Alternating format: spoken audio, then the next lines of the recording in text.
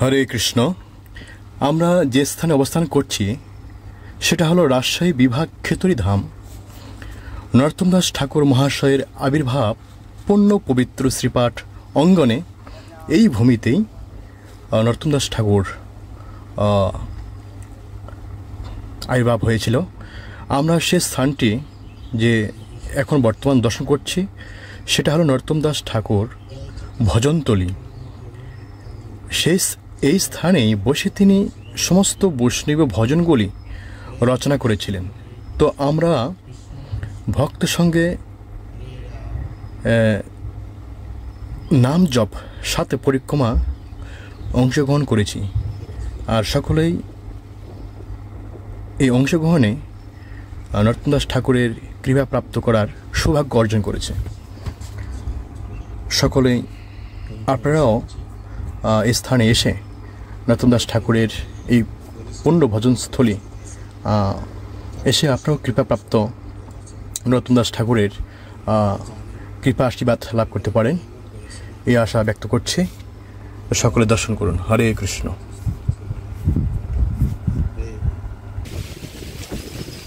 তো শাস্ত্রে বলা হচ্ছে, গৌর আমার যেসব স্থানে করিল ভ্রমণ রঙ্গে, সেসব স্থান হেরিব আমি প্রণয় ভকত সঙ্গে।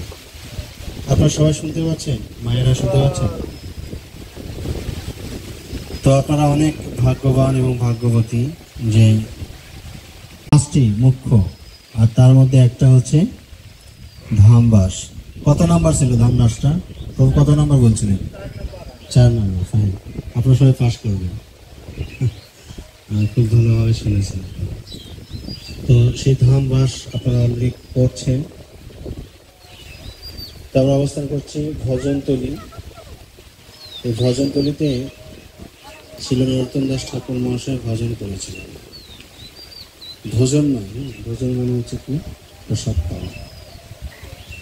তো আমাদের এই গৌড় দেশে 3 জন আচার্য রয়েছেন। যেমন জগন্নাথপুরী বা উড়িষ্যাকে উৎকল দেশ বলা হয়। তো এই পার বাংলা, ওই পার বাংলা, কিছুটা অংশ নিয়ে গৌড় দেশ। তো শাস্ত্রে বলা হচ্ছে এই 3 জন আচার্য এই গৌড় দেশে অনেক প্রচার করেছেন, এবং তার মধ্যে মুখ্য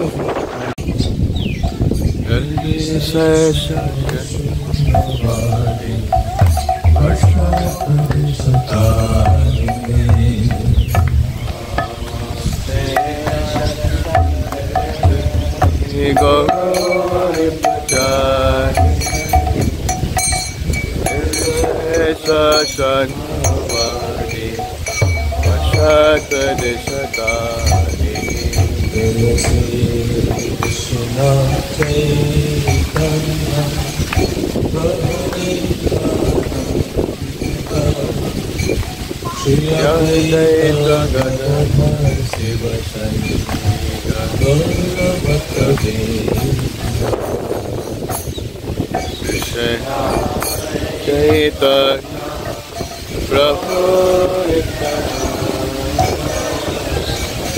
Shri Advaita Gadadhara Shivasari Prabhupada Vrinda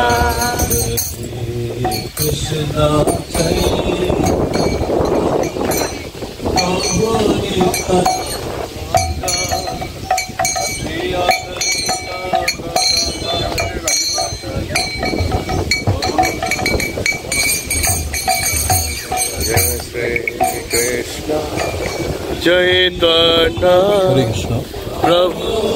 এখন আমরা যে স্থানটি দর্শন করছি এটি হলো শ্রী নরোত্তম দাস ঠাকুর মহাশয়ের শ্রীপাঠ ভূমি। এই স্থানেই মন্দিরের প্রধান সেবা পূজা হয়ে আসছে, এবং এখানে 6টি মন্দির বিদ্যমান রয়েছে। এখানে প্রত্যেক বছর ত্রিভাব উৎসব তিথিতে লাখ লাখ ভক্তের সমাগমে এই তিথি পালন করে থাকেন নরোত্তম দাস ঠাকুরের মহাশয়ের ত্রিভাব তিথি। তো আপনারা এসেও সেই স্থানটি দর্শন করতে পারেন। হরে কৃষ্ণ।